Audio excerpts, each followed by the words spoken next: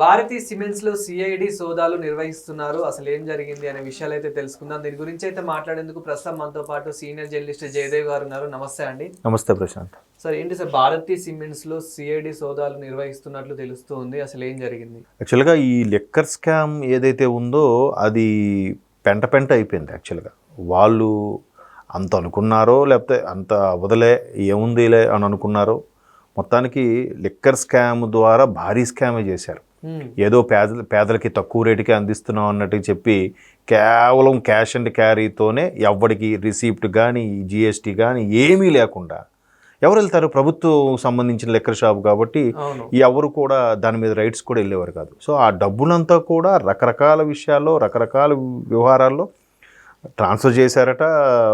వాటిని ఏమంటారు, పెట్టుబడులు పెట్టడము, లేదంటే దాచుకోవడము, విదేశాలకు తరలించడము, లేదంటే పెద్ద పెద్ద గొడవల్లో పెట్టుకోవడము, దానికి కొంతమంది బినామీలు, అసిస్టెంట్లు, ఆడిటర్లు, వాళ్ళు వీళ్ళు చాలామంది ఇన్వాల్వ్ అయ్యారు.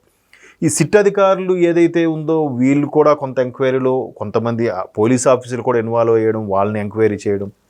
తర్వాత మెయిన్ ఫస్ట్ నుంచి ఈ రాజ్ కసిరెడ్డి అనే వ్యక్తిని ఎంక్వైరీ చేసి ఎందుకు చేశారు. సో మొత్తం మీద ఈ అమౌంట్ని జగన్మోహన్ రెడ్డి గారికి సంబంధించిన కంపెనీల్లోనే కొంత పెట్టుబడుల రూపంలోనూ కొంత అంత క్యాషే కాబట్టి, ఆన్లైన్ ట్రాన్సాక్షన్ ఏం కాదు కాబట్టి క్యాషే కాబట్టి నోట్ల కట్టలన్నీ కూడా కొన్ని వాళ్ళ అనుబంధ సంస్థలకి ట్రాన్స్ఫర్ పెట్టారనేది ఒక టాక్. సో ఆ టాక్ సంబంధించే ఇప్పుడు ఒక్కొక్కటిగా సిట్ అధికారులు నిర్వహించడం, ఒకవైపు ఈ సిఐడి అధికారులు కూడా ఎక్కడికక్కడ సోదాలు నిర్వహించారు. దాంట్లో భాగంగానే భారతీ సిమెంట్స్ సంబంధించి కూడా ఆఫీసులో సోదాలు నిర్వహిస్తే అక్కడ ఎందుకు నిర్వహించారంటే, ఇక్కడ ఈ లిక్కర్ స్కామ్ సంబంధించి కానీ లేదా ఈ సిట్ అధికారులకు సంబంధించి కానీ, ఆయన పేరు గోవిందప్ప, ఆడిటర్ గోవిందప్ప, మరో గ్రేట్ ఆడిటర్, ఇప్పుడు ఎక్స్ ఎంపీ అయిపోయారు, పార్టీ నుంచి బయటకు వెళ్ళిపోయారు అంటున్నారు కానీ బట్ సత్సంబంధాలు ఉంటే ఉండొచ్చు. ఎవరు, విజయసాయి రెడ్డి గారు, తర్వాత చాణక్య అని ఒక ఆయన, ఆ తర్వాత మిథున్ రెడ్డి గారు, ఇవన్నీ మనం చూస్తున్నాను. ఒక్కొక్కరుగా అరెస్ట్ ఆయిల్ కూడా వచ్చారు దీని మీద. రాజ్ కసిరెడ్డి ఎక్కడికో వెళ్ళిపోయాడు, పరారయ్యాడు, మళ్ళీ ఎయిర్పోర్ట్లో పట్టుకున్నారని ఒక్కొక్కరు చాలా జరిగాయి.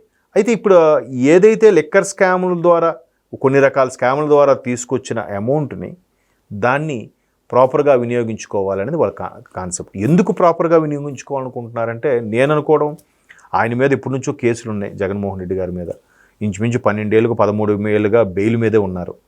అంటే ఏదో ఒక రూపంలో డబ్బు రూపంలోనో లేకపోతే ఇంకా నయానో భయానో వాళ్ళని ఒప్పించి, లేదంటే అవసరం అనుకుంటే న్యాయమూర్తులతో కూడా ఒప్పించుకునేలాగా చేసుకునే పరిస్థితి అయితే కనిపిస్తుంది.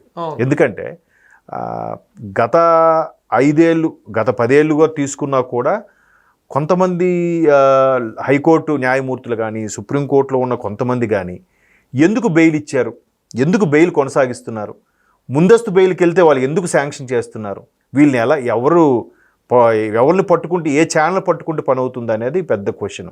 సో దీనివల్ల న్యాయ వ్యవస్థ మీద కొంత నమ్మకం సడలినప్పటికీ, బట్ ప్రతి వ్యవస్థలో కూడా ఎంతో కొంత అంటే కొద్దిగా కొన్నింటికి లోబడే వ్యక్తులు ఉంటారు, కాదనట్లేదు.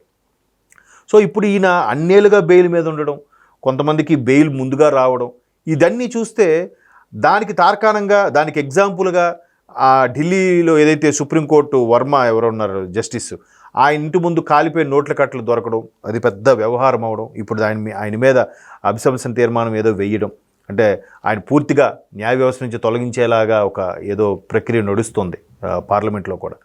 సో ఇట్లాంటి వాళ్ళు కూడా ఉన్నారా అంటే, కంచే చేను మేస్తే ఏంటి పరిస్థితి అనేది ఆశ్చర్యంగా అనిపిస్తుంది.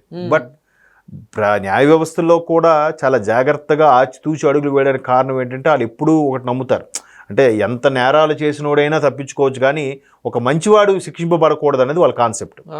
సో అందుకు ఇట్లా డ్రాగన్ అవుతున్న నేపథ్యంలో చాలామంది చాలా రకాలుగా దాన్ని దుర్వినియోగపరుచుకుంటున్నారు, మిస్యూజ్ చేస్తున్నారు.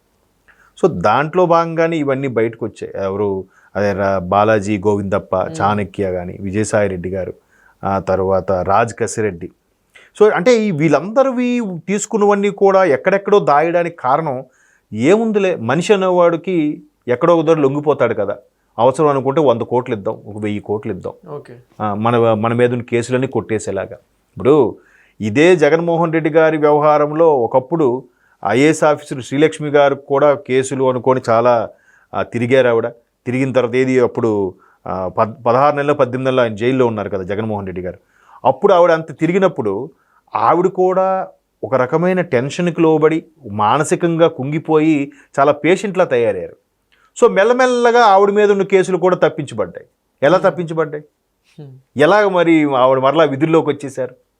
మరలా ఆంధ్రప్రదేశ్కి జగన్మోహన్ రెడ్డి గారు ముఖ్యమైన తర్వాత మరలా ఆయన పేషీలోకి ఎలా ఎంటర్ అవ్వగలిగారు? అదే కదా మొన్న చంద్రబాబు నాయుడు గారు మరలా 2024లో ప్రమాణ స్వీకారం జరిగిన తర్వాత ఐఏఎస్ ఆఫీసర్లు ఐపీఎస్ ఆఫీసర్లు అందరూ కలిసి పుష్పగుచ్చం ఇచ్చినప్పుడు ఈ ఐఏఎస్ శ్రీలక్ష్మి గారు కూడా పుష్పగుచ్చం ఇస్తే ఆయన సున్నితంగా తోసిపుచ్చాడు. అంటే ఆవిడ మరలా ఏవో సెట్టింగులు చేసుకొని మతలబు చేసుకొని బయటపడిపోయారు, కానీ ఆ ఫీల్ అయితే ఉంటుంది కదా, అందుకు ఆయన సున్నితంగా తోసిపుచ్చారని కూడా కొన్ని వార్తలు కూడా చూసాం. అంటే ఒక ఐఏఎస్ ఆఫీసర్లే అంత ఈజీగా అలాంటి విషయాల నుంచి బయటపడుతున్నప్పుడు పెద్ద పెద్ద వాళ్ళు ఎలా ఇంకా ఈజీగా బయటకు వచ్చేస్తారుగా. జగన్మోహన్ రెడ్డి గారు అని అంటే అప్పట్లోనే 1,00,00,000 కోట్లు అని చెప్పి ఊరిక ఓదరగొట్టారు ఛానల్లో. అవన్నీ అబద్ధాలు, నిజమైతే ఇప్పటికే ప్రూవ్ అవ్వాలి కదా అంటారు వీళ్ళు. ప్రూవ్ అవ్వకపోతే మీరు మొత్తం కేసులను కొట్టేసి బయటకు ఫ్రీ అయిపోవచ్చు కదా, ఇంకా బెయిల్ మీద ఉండాల్సిన అవసరం ఏముంది? అవన్నీ అబద్ధాలు అయితే ఎన్ఫోర్స్మెంట్ డైరెక్టరేట్ 38,000 కోట్ల ఆస్తులను ఎలా జప్తు చేసింది? అలాగే ఈ సిబిఐ ఎందుకు ఛార్జ్షీట్ ఇంకా అలాగే ఉంచింది? దాని మీద సుప్రీంకోర్టుకి రఘురామకృష్ణరాజు గారు కానీ పురంధరేశ్వర్ గారు కానీ వీళ్ళందరూ లేఖలు రాసినప్పుడు కేంద్రానికి సుప్రీంకోర్టు తిరిగి మొట్టికాయలు వేసిందిగా. ఒక కేసు ఇన్నేళ్ళుగా ఉండడం ఏంటని సిబిఐ కోర్టుకి కూడా ఎక్స్ప్లెనేషన్ అడిగింది. వాళ్ళు ఏం చెప్పారు? ప్రతి 2 ఏళ్ళకి జడ్జి మారిపోతున్నారు, మొత్తం వింటున్నాడు, వాయిదాలు వింటున్నాడు, వాయిదాలు. సరే కొలిక్కొచ్చింది తీర్పిస్తారనే టైంకి జడ్జి మారిపోతున్నారు. మళ్ళీ ఇంకో రెడ్డి వచ్చారంటే మళ్ళీ రెడ్డి వచ్చాడు మొదలెట్టండి ఏదో సామెత అన్నట్టు. నిజంగా రెడ్డి గారు వచ్చారు, మళ్ళీ స్టోరీ, మళ్ళీ వాయిదాలు, మళ్ళీ పెర్మిషన్లు, డిశ్చార్జ్ పిటిషన్లు అయిపోయింది. మళ్ళీ వచ్చేసరికి మళ్ళీ మారిపోతున్నారు. గ్రేట్ ఏంటంటే ఇందులో ట్విస్ట్ ఏంటంటే ఇప్పటికి 6 జడ్జిలు మారారట. 6వ జడ్జి జనరల్గా ట్రాన్స్ఫర్ మీద వెళ్తారు కదా, ఈయన ఒంట్లో బాగాలేదని చెప్పి ఒంట్లో బాగాలేదని లీవ్ మీద వెళ్తారు కదా, ఒంట్లో బాగాలేదు సంథింగ్ విదేశాలకు వెళ్తున్నారు అన్నట్టుగా ఈయన మార్పించారట ఈ జడ్జిని.